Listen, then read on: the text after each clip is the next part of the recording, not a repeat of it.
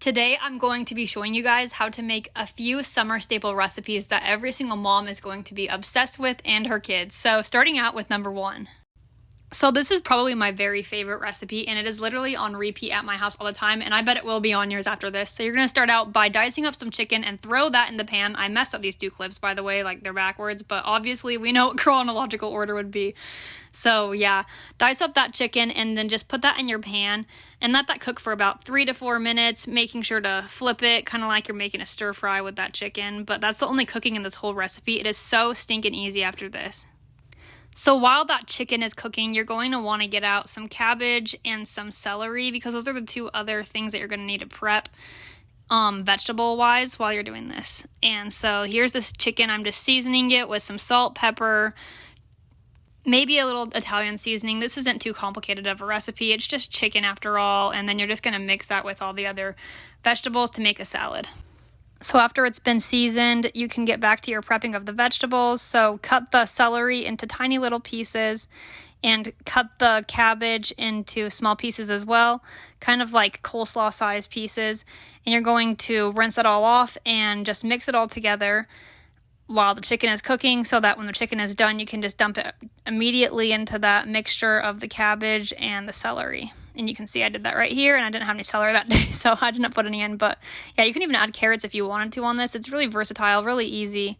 After that, you're going to grab some ramen, which you're going to crush up into small little pieces. And don't forget the seasoning packet from the ramen. You're going to want to save that for the sauce. So you're just going to crush that up into small little pieces, kind of like what I usually do anyway for ramen. I don't like to just put the whole block in there. It's annoying to have it go down like that. So yeah, you can see right here, this is what it's supposed to look like. And then you're going to mix everything together after the chicken has finished cooking. And then let's get started on the sauce. The sauce is super easy, minimal ingredients. You can add or subtract whatever you'd like.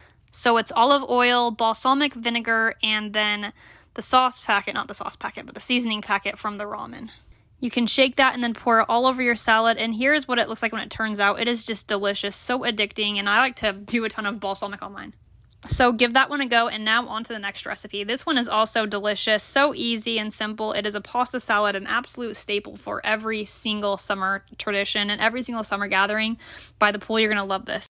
So you are just going to boil your desired pasta noodles, and then you're going to prep these two vegetables, which is celery and carrots. Right here is what I did. You can add in cucumbers, onions, whatever you'd like. And then after the noodles are all done, you can add in those two ingredients, and then let me show you how to make the sauce. It is absolutely delicious, and I also stirred these right here.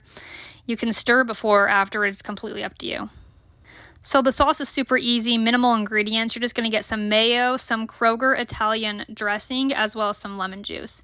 And you're just going to put however much you want to. I used about 1/3 of the Kroger dressing and then just a little bit of mayo. And I stirred that all together. It is so simple, easy, perfect as a side dish or as a full dish. I just had it as a full dish, delicious and addicting. So give this one a go.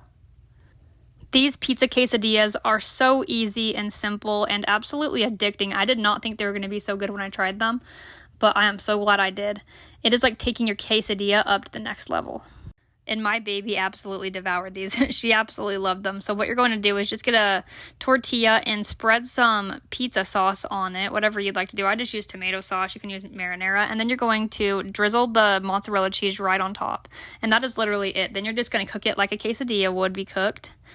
So I just put the cheese on there and I let it cook for a bit. I mean, it took around like 2 minutes, and then you just flip it whenever it needs to be flipped, and it's so easy and delicious.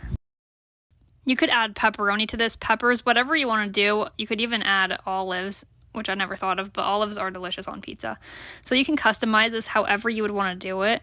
Just make sure that you do not let the second or third one sit on the pan for too long because they will burn, and make sure not to add too much pizza sauce. That was one of my mistakes on the very first one.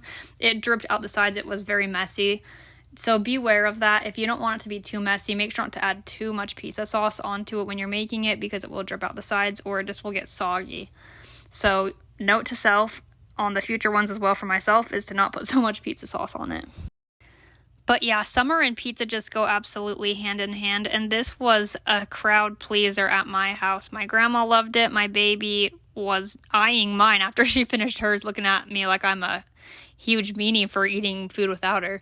But yeah, so easy, and I hope you guys enjoyed this one as well. It was delicious, and I served mine alongside some pickles. You could do strawberries. I always feel like strawberries and quesadillas go really well together, as well as pizza and strawberries I think would go really well with this.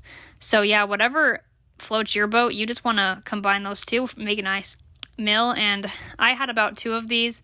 I would say that's the perfect size.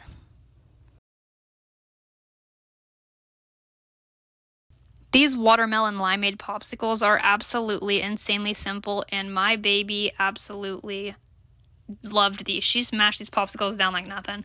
But yeah, you're just going to get some watermelon and some lime. You're going to pour that into a blender, and then you just dump them into the molds. I got these from Temu. I'm absolutely obsessed. They're so cute and small and easy for my baby to hold. So yeah, I hope you guys enjoyed this video, and I'll see you next time.